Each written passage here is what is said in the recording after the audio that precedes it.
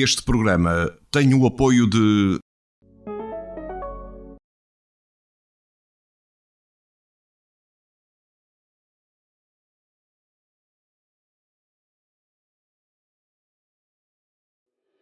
Obras do IC35 e da variante Estrada Nacional 222 estão incluídas no plano de recuperação e resiliência. E ainda a petição pela vacinação de todos os médicos já tem mais de 9.000 assinaturas. Estes são os destaques do Novo Notícias desta sexta-feira.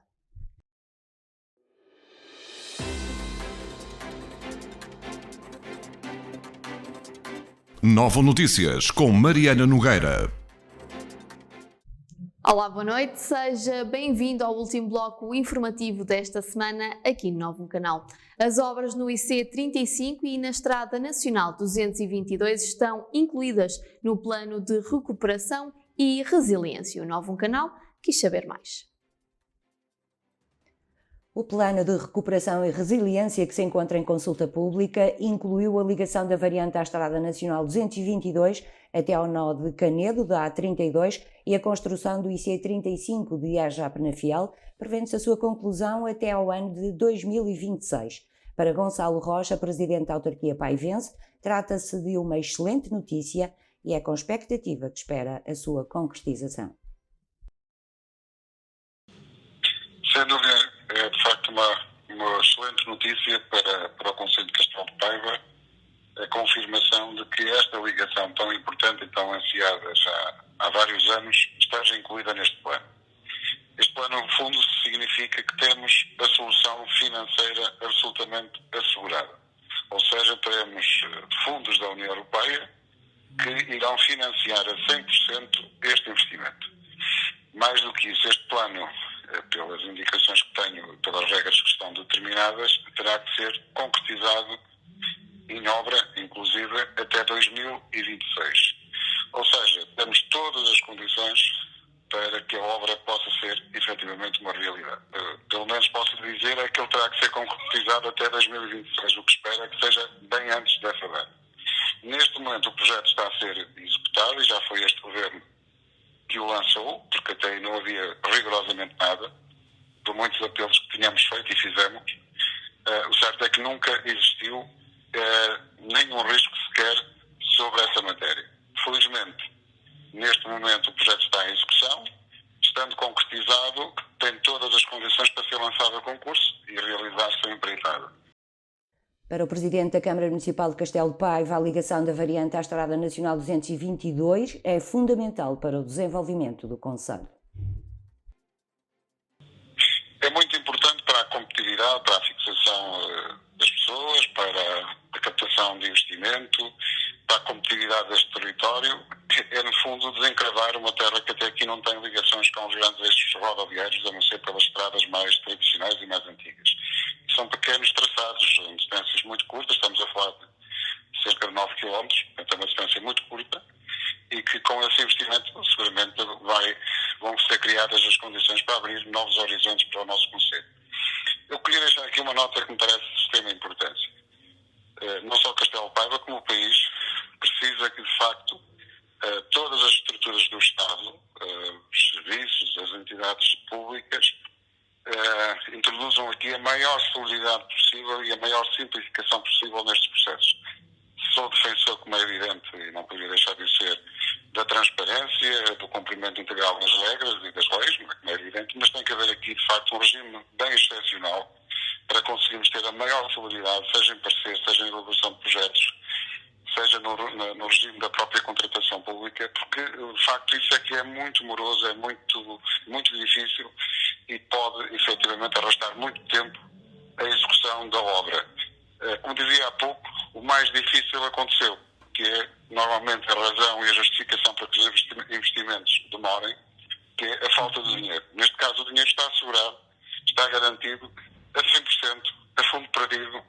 Portanto, seria imperdoável para todos nós, e quando falo nós, falamos no país, de todos aqueles que têm responsabilidades, desperdiçar esta oportunidade. Portanto, Uma das obras incluídas neste documento é o IC35, que integra a rubrica Missing Links e o aumento de capacidade da rede, e que conta com a concretização das ligações Penafiel-Rãs, através da Estrada Nacional 15, Rãs entre os Rios e Severo do Voga IP5. Antonino de Sousa, presidente da Câmara Municipal de Penafiel, encara a notícia com alguma cautela devido aos avanços e recuos do projeto. Bom, eu naturalmente que me congratulo com o facto do IC35 constar deste plano de recuperação e resiliência como uma das prioridades. Mas isso não significa que não tenhamos que fazer alguns reparos, ainda assim, a todo este processo. No próximo dia 4, passam 20 anos, vamos evocar os 20 anos sobre esse trágico acidente que foi a queda da ponte entre os rios. E logo na sequência desse trágico acidente, foi assumido pelo país no seu todo, pela Assembleia da República, por unanimidade, que a obra do IC35 era uma prioridade. Era importante para esta região, para o concelho de Penafiel, sobretudo para o sul do concelho, para Castelo de Paiva, para o Marco de Canaveses, para Sinfães, para Rezende, para que toda esta região do Tâmega e Sousa pudesse, de facto, dar um salto de desenvolvimento a que legitimamente aspira.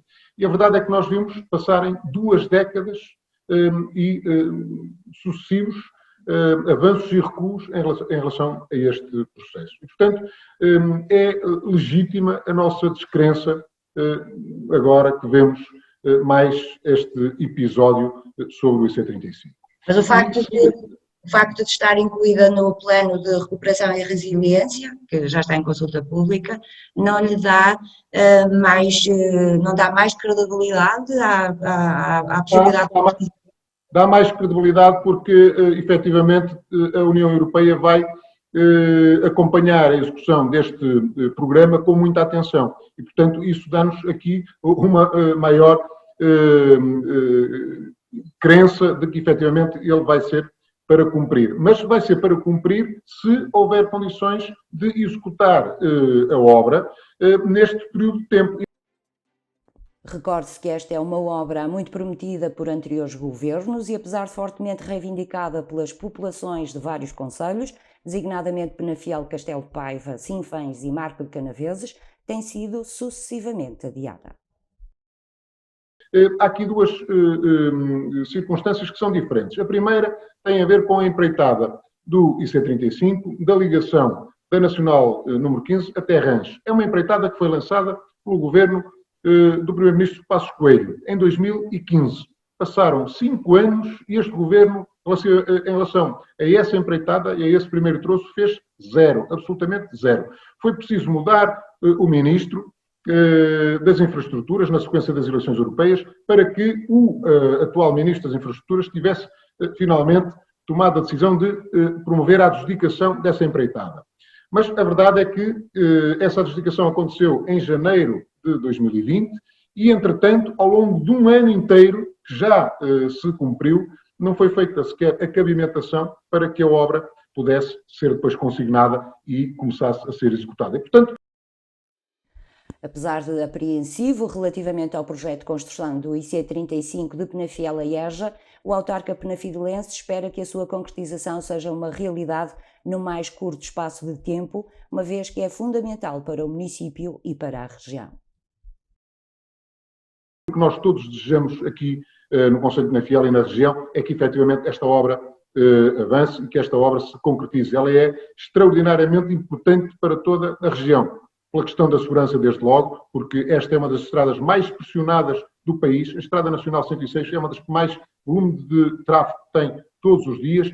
Os acidentes sucedem-se com danos pessoais, com muitas vítimas mortais ao longo de todos estes anos, com muitos danos patrimoniais e depois com danos imensos também do ponto de vista económico, porque a região tem muito mais dificuldade em desenvolver-se, em progredir, sem ter uma boa acessibilidade, por exemplo, a Leixões ou ao aeroporto de Francisco Sá Carneiro. Portanto,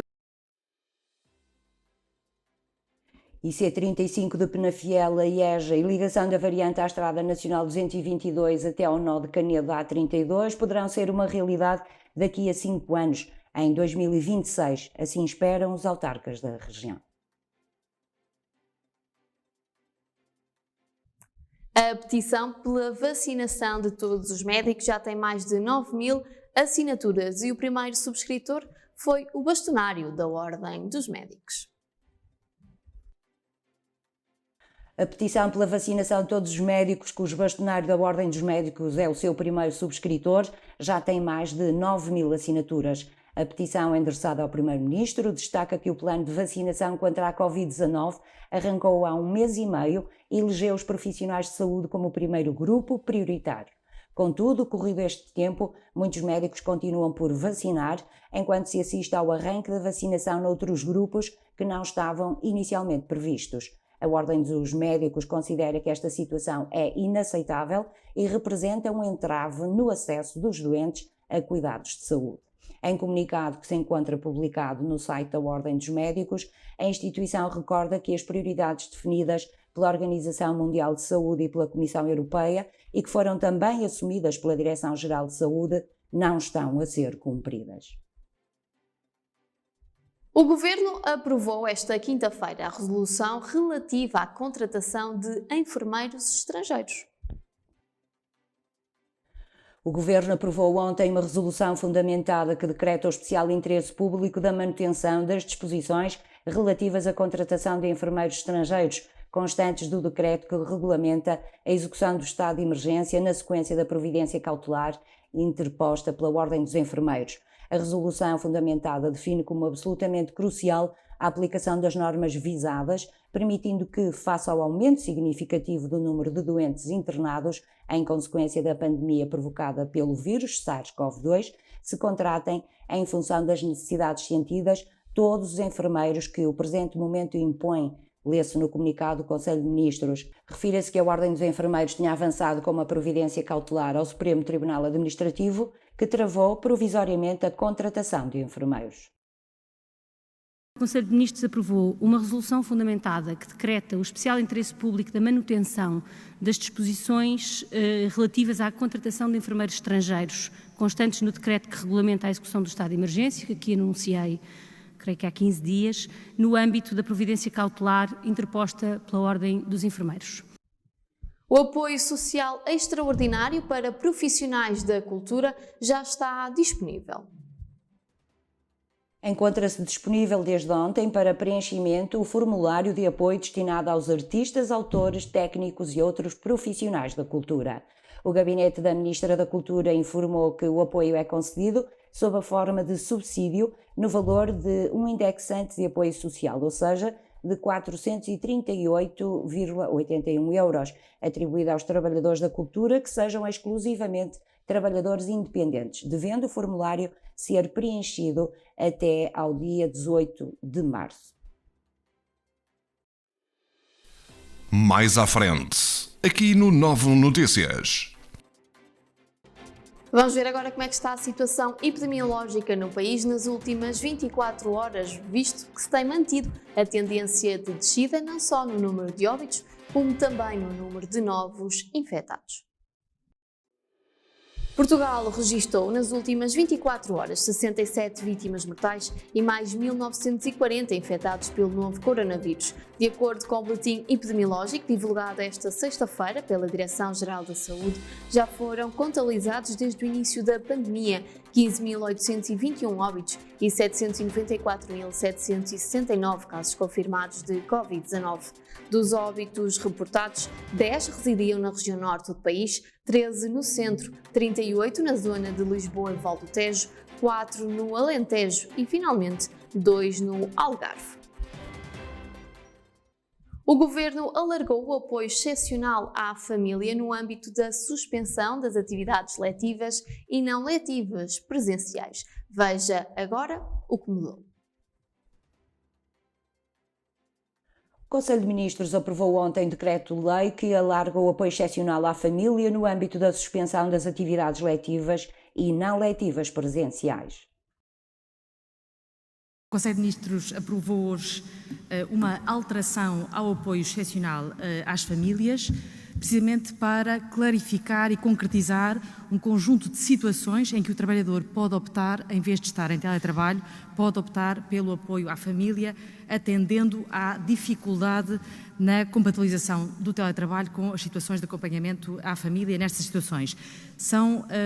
As situações são, por um lado, situação de famílias monoparentais, portanto, em que não há a capacidade do outro progenitor partilhar e dividir esta guarda com o filho. Por outro lado, nas situações em que o agregado familiar integre pelo menos um filho ou um outro dependente que frequente um equipamento de apoio à primeira infância, estabelecimento de ensino pré-escolar ou do primeiro ciclo do ensino básico. Em terceiro lugar, para as situações em que o agregado familiar integre uma pessoa, um dependente com deficiência, com incapacidade igual ou superior a 60%, independentemente da idade. Fizemos também aqui com um objetivo claro de política pública, alteramos a possibilidade do pagamento dos trabalhadores que se encontrem em apoio à família poder ser a 100% e esta diferença entre os 66% e os 100% ser assumida pela Segurança Social nas situações em que os pais, portanto os progenitores, alternem semanalmente aqui o acompanhamento da criança. Foi aprovado também esta quinta-feira o decreto que permite uma maior rapidez no pagamento das pensões de velhice. Foi aprovado esta quinta-feira no âmbito do Conselho de Ministros o decreto-lei que altera o regime de proteção nas eventualidades de invalidez e velhice dos beneficiários do Regime Geral de Segurança Social. Segundo diploma também que a Sra. Ministra referiu, foi um diploma que consagra as alterações de simplificação do regime relativo às pensões de invalidez e de velhice para garantir a implementação da medida da pensão de velhice na hora. Com esta alteração, passamos a poder ter todo o processo de atribuição da pensão por velhice tramitado online, através da Segurança Social Direta. Esta é a concretização de uma medida simplex e passaremos a poder ter, desde logo, um deferimento automático da pensão por velhice, caso o requerente considere que o valor que é apresentado no site da Segurança Social é um valor relativamente ao qual quer avançar com o processo e, portanto, ficar desde logo com uma pensão provisória com aquele valor que ele tem e, portanto, com um deferimento automático da pensão. Esta é uma mudança radical no próprio processo de atribuição da pensão por velhice e será implementada no sistema da Segurança Social Direta online e isto acontecerá durante o mês de fevereiro. O Conselho de Ministros aprovou também o decreto regulamentar para a atualização extraordinária das pensões prevista na Lei do Orçamento de Estado para 2021. O deputado penafidelense António Cunha adverte para a situação humanitária grave que se vive em Moçambique. O deputado penafidelense António Cunha advertiu numa interpelação ao Ministro do Estado e dos Negócios Estrangeiros sobre a crise humanitária que se vive em Cabo Delgado, Moçambique, para a necessidade de Portugal e dos restantes países da União Europeia assumirem uma estratégia que possa colocar um ponto final a este problema. O próprio Sr. Ministro referiu também que o apoio europeu a Moçambique é uma das prioridades da presidência portuguesa do Conselho da União Europeia. Ora, precisamente no norte de Moçambique, em Cabo Delgado, existem os ingredientes para uma tormenta humanitária perfeita: subdesenvolvimento, fome, migrações, refugiados, negligência, pobreza, a que se junta um conflito violentíssimo que se arrasta há demasiado tempo. Continua o cenário de horror e de devastação, com casas roubadas, destruídas e depois incendiadas, pais que não podem mandar as suas crianças para a escola, funcionários públicos que recusam ir a trabalhar, tal é o nível de insegurança e de medo. Ora, Portugal, a União Europeia e a comunidade internacional não podem continuar a assistir passivamente à situação humanitária gravíssima que se vive em Cabo Delgado sem agir com firmeza e diligência. Consideramos que é necessário que essa ajuda passe pelo apoio ao Estado moçambicano, na sua responsabilidade de garantir a segurança da população de Cabo Delgado. É urgente que se aproveite a presidência portuguesa do Conselho da União Europeia para colocar definitivamente na agenda a crise humanitária de Cabo Delgado, numa urgente e efetiva resposta de emergência à crise humanitária vivida naquela região. O Governo criou o INA para a promoção da capacitação e qualificação dos trabalhadores da administração pública. Foi aprovado o decreto-lei que altera o modelo de ensino e formação da administração pública, criando o Instituto Nacional de Administração enquanto Instituto Público e extinguindo a Direção-Geral da Qualificação dos Trabalhadores em Funções Públicas.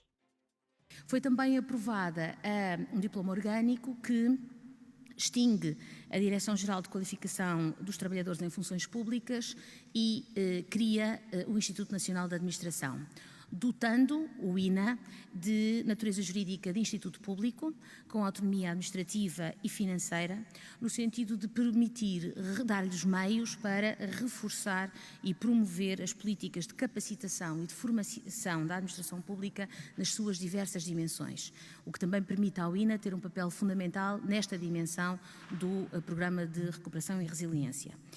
O diploma prevê ainda que sejam feitas parcerias com instituições de ensino superior, vários tipos de parcerias, prevê a existência de um conselho estratégico onde estarão representadas entidades de diversa natureza, exatamente para esta função, como diz o nome, de pensar a estratégia para a administração pública e, finalmente, prevê também a constituição ou criação de polos desconcentrados por todo o território nacional, onde essa formação pode ser feita descentralizadamente. Muito obrigada. O Conselho de Ministros procedeu também à aprovação da resolução que cria um programa extraordinário de estágios na administração direta e indireta do Estado, a realizar durante o ano de 2021, destinado à carreira de técnico superior. Foi aprovada a resolução que cria um programa extraordinário de estágios na administração direta e indireta do Estado, a realizar durante o ano de 2021, destinado à carreira de técnico superior. Este programa integra-se no âmbito do Programa de Estabilização Económica e Social e visa valorizar as qualificações e as competências dos jovens licenciados, promovendo a empregabilidade num contexto socioeconómico difícil como aquele em que vivemos. Conversas com Sentido, da doutora Marina Ferreira da Silva, aborda a questão do autismo e desmistifica esta perturbação. O autismo, a parentalidade e o amor estiveram em debate na última terça-feira no Facebook e Instagram, no Conversas com Sentido, uma iniciativa da psicóloga clínica e da saúde Marina Ferreira Silva, que é também autora e apresentadora do programa É Psicológico, emitido pelo Novo Canal. A estreia contou com a presença de Andreia Santos, uma mãe inspiradora que, de forma bonita e emocionada, deu o seu testemunho pessoal e abordou os muitos trilhos a serem ainda desbravados no autismo. Ao Novo Canal, Marina Ferreira Silva realçou que o Conversas com Sentido é um espaço para se falar de problemáticas de saúde mental, com testemunhos reais na primeira pessoa, tendo como objetivo informar e sensibilizar a sociedade. Basicamente uma conversa muito intuitiva, informal, digamos assim, até porque surgiu dessa mesma forma, não foi? Podemos até partilhar que não nos conhecemos, foi assim algo intuitivo, não é? Tal como eu pretendia e, portanto, pela visualização do seu perfil, por tentar, por também ver um bocadinho como é que está posicionada nisto, que é o autismo, que é assim uma coisa que ainda é muito desconhecida, posso dizer, para a maioria das pessoas, não é verdade? Antes não fosse assim, infelizmente ainda assim é. Portanto, Conversas com Sentido, não sei quando é que volta, esta é a primeira live que nós vamos fazer, não sei quando é que volta, porque vou tentar que o próximo convidado seja exatamente desta forma, me surja assim, do nada, me surja e me dê assim um cliquezinho para eu então conversar. Basicamente, Andreia Santos, conhecida, aliás, até vou fazer esta partilha, conhecida por força da natureza. A deputada do grupo parlamentar PAN, Bebiana Cunha, visitou durante esta manhã o Centro de Recolha de Canídeos de Paredes e o Novo Canal esteve presente. Desde logo dizer o seguinte, nós deslocamos a Paredes porque é um município do distrito de Porto que ainda não tem um centro de recolha oficial de animais devidamente legalizado, ou seja, o centro de recolha este que aqui se pode ver, não é um centro ou é um canil municipal com uma capacidade muito reduzida e que também, obviamente, não está dotado daquelas que são as exigências do bem-estar animal do século XXI e, portanto, uma das conclusões desta reunião é que a Câmara Municipal iniciou o processo de construção de um centro de recolha oficial de animais com vista a poder legalizá-lo e ter um espaço próprio para poder também lá promover políticas de adoção dos animais. Esse é um aspecto fundamental, é que os centros de recolha façam políticas ativas que visem a adotar os animais e que não sejam, obviamente, depósitos de animais para passarem lá o resto da vida. Mais à frente, aqui no Novo Notícias. Este bloco informativo vai agora para uma pausa de apenas 30 segundos. Fique desse lado que eu volto já. Como diz o ditado, quando se fecha uma porta, abre-se uma janela. Esta é a janela da nossa casa. É aqui que os nossos dedicados colaboradores continuam a servir o que tanto gosta. Pelo bem deles e de todos os que têm que sair para servir os outros e o país, mantemos abertos, além do McDelivery, o McDrive. Para que mesmo em momentos como este, todos possamos partilhar bons momentos, mas em casa. Em breve, voltaremos a recebê-lo na nossa, com o sorriso de sempre. Seja bem-vindo de novo a esta segunda parte do bloco informativo. No que diz respeito ao desporto e mais precisamente ao Campeonato de Portugal, Vila Real perdeu a 2 bolas contra o Lessa. O Vila Real perdeu por 2-0 frente ao Lessa no jogo em atraso da 10ª jornada da Série C do Campeonato de Portugal. Os vilarrielenses estão em zona aflita e impuseram-se em casa dos lesseiros, que tentavam recuperar a liderança do campeonato. Apesar das investidas, foram os da casa a inaugurar o marcador.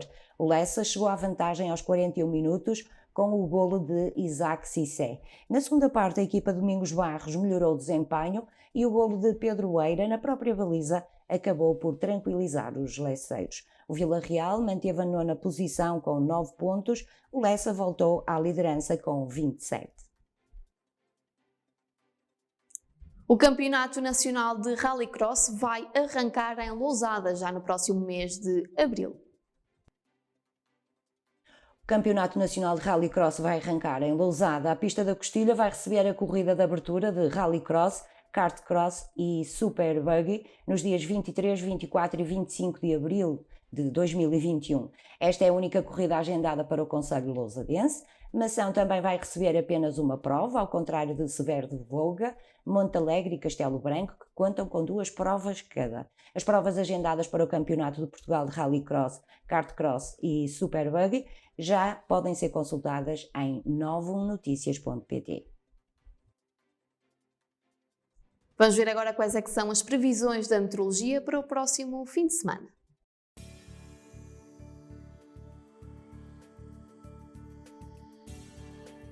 As previsões da meteorologia para amanhã, dia 20 de fevereiro, e segundo o Instituto Português do Mar e da Atmosfera, são de chuva ou aguaceiros, temperaturas máximas de 14 graus e mínimas de 10 graus, probabilidade de chuva de 100% e o vento moderado. Já domingo, dia 21 de fevereiro, continuará a chuva ou aguaceiros, com temperaturas máximas de 12 graus e mínimas de 5 graus, probabilidade de chuva de 98% e o vento fraco.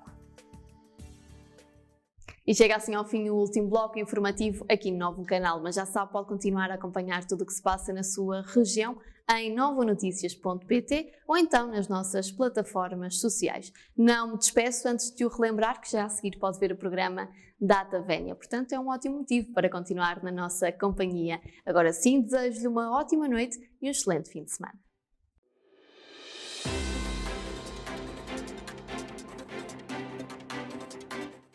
Novo Notícias com Mariana Nogueira. Novo Canal. Sempre novo, sempre seu.